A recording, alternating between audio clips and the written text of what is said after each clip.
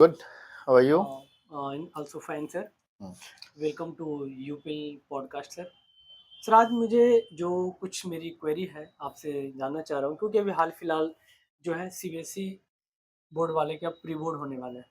ठीक है sir. For class 10th and for 12th the के लिए. Class 10th and the 12th। Correct, correct.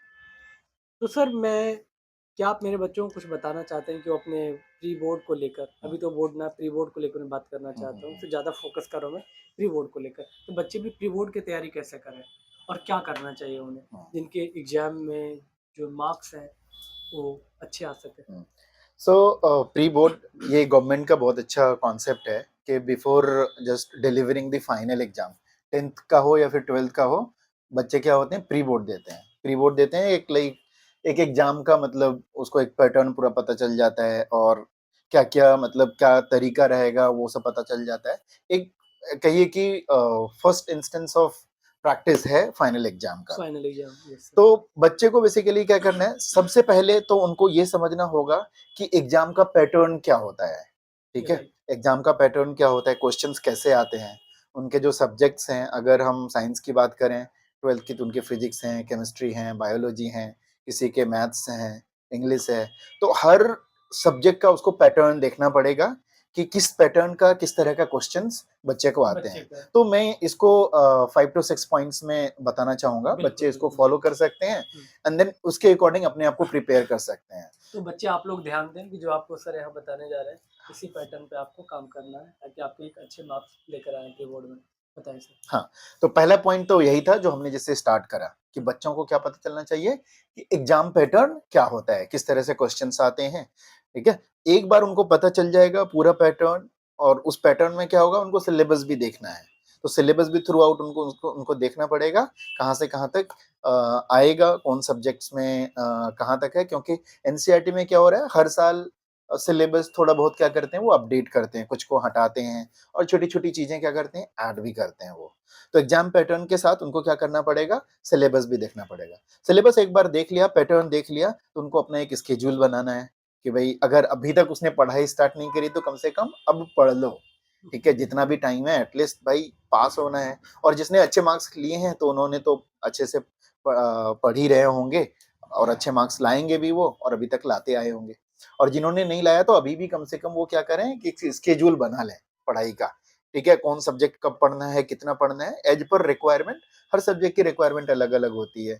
किसी को फिजिक्स में ज्यादा टाइम देना होता है, किसी को केमिस्ट्री में ज्यादा टाइम देना किसी को होता है, किसी बायोलॉजी को में। बायोलॉजी में, किसी में कम, किसी में ज्यादा. तो उसके हिसाब से उनको क्या करना पड़ेगा, एक टाइम टेबल बनाना है, एक स्केड्यूल बनाना है अपने पढ़ाई का. Okay and sir. देन पढ़ाई के साथ साथ अभी जैसे उन्होंने स्केड्यूल किया सिलेबस करने के बाद, अब उनको क्या करना है, पीवाईक्यू, जो प्रीवियस ईयर्स के क्वेश्चन पेपर हैं, लास्ट 8 से 10 साल के, वो उठा लें.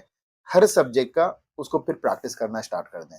उनसे उसको ये पता चल जाएगा कि उसकी वीकनेस क्या है, किस किस टॉपिक पे वो क्वेश्चन सॉल्व नहीं कर पा रहे हैं. तो पीवाईक्यू बहुत जरूरी है, ये मस्ट है बच्चों के लिए जो भी इस साल बोर्ड का एग्जाम दे रहे हैं.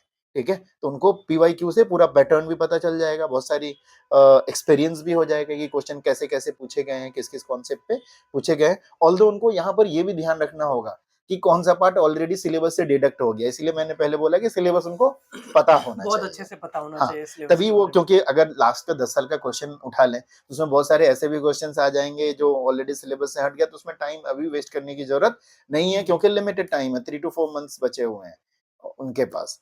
3 मंथ्स, अराउंड 4 मंथ तो कहना ये होगा. तो चलिए, एक बार पीवाईक्यू हो गया, पीवाईक्यू कर लिया, तो अब क्या करना है, बिकॉज जो सिलेबस, और इससे ये पता चल जाता है कि भाई ये जो आपकी एनसीईआरटी बुक है वो एज पर सिलेबस ही आपको दिया गया है. ठीक है, तो जो लेटेस्ट वाली एनसीईआरटी, क्योंकि हर साल सिलेबस के अकॉर्डिंग एनसीईआरटी भी अपनी वो कोर्स जो है अपडेट कर देते हैं. तो रिवीजन के लिए वो क्या कर सकते हैं, पूरे एनसीईआरटी को थोरोली पढ़ना स्टार्ट कर दें.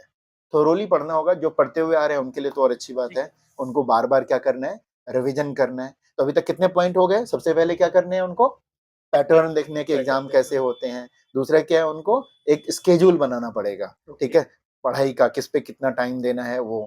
तीसरा क्या हमने बोला, पीवाईक्यू, प्रीवियस पीवाईक्यू। ईयर्स के क्वेश्चंस पेपर उनको सॉल्व सॉल्व। करने पड़ेंगे. ठीक है, और चौथा वाला पॉइंट हमारा था एनसीईआरटी के सिलेबस. एनसीईआरटी को बेसिकली थोरोली उसको स्टडी करना है. अगर उसने और भी ज्यादा बहुत ज्यादा उनके पास नोट्स वगैरह नहीं है तो इधर उधर उनको क्या करना है, अभी अपने आप को डिस्टर्ब नहीं करना है, या फिर ये कहिए कि अपने आप को ध्यान नहीं रखना, डिस्ट्रैक्ट नहीं करना है, उनको एनसीईआरटी पे आना है। तो एनसीईआरटी ये चौथे नंबर पे है, एनसीईआरटी विल हेल्प हिम कि अच्छे से उनको तैयारी कर सके और मार्क्स भी अच्छे ला मार्क्स ला सके। सके। इतना कुछ करने के बाद अब समझिए कि वो almost is completing their whole work. Full अब वर्क। ये कि तैयारी भी अच्छी खासी हो रही है, हम्म। ठीक है। अब उनको क्या करना पड़ेगा, अब उनको मॉक टेस्ट देना है, ओके। ठीक है।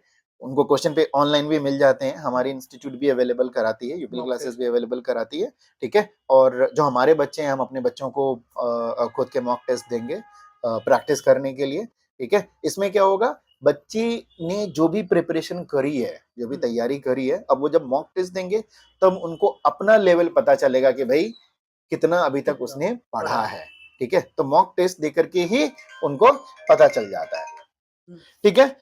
ये मॉक टेस्ट उसका फाइनल है, मॉक टेस्ट, ठीक है। ये फाइनल स्टेज है, लेकिन ओवरऑल स्टेज बोले तो एक लास्ट है, जो this is not the list कहें, लास्ट है, बट दिस इज द जो इन सब का बाप है, वो है बच्चे को क्या करना होगा, मेंटली स्टेबल होना स्ट्रेस। होगा, ठीक है। स्टेबल इसलिए बोल रहा हूं मैं कि ये जब पढ़ते हैं तो उनको लगता है कि ये सिलेबस का पार्ट छूट गया है, इतना छूट गया है, कैसे करें नहीं करें।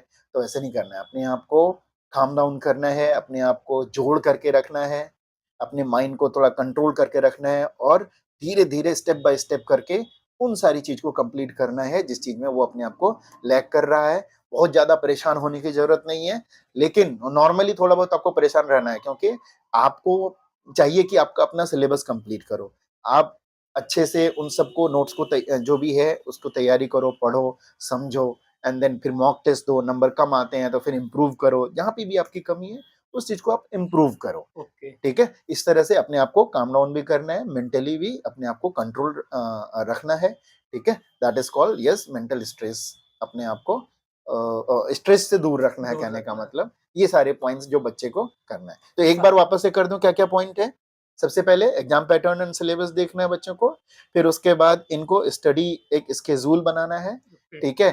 तीसरा इनको क्या करना है, पीवाईक्यू करना है। चौथा एनसीईआरटी सिलेबस। पांचवा मॉक टेस्ट। ये जो पंजीकरण नहीं पांजा है, ये पांच पांच पॉइंट्स बच्चे को अच्छे से रखना है। छठा जो ओवरऑल है that is the mentally main. Stable रहना है, ठीक है, मेंटली स्ट्रांग रहना है, ताकि वो अच्छा उनके पास रिजल्ट बच्चे दे को सके। जितना भी स्ट्रेस है उसे कम डाउन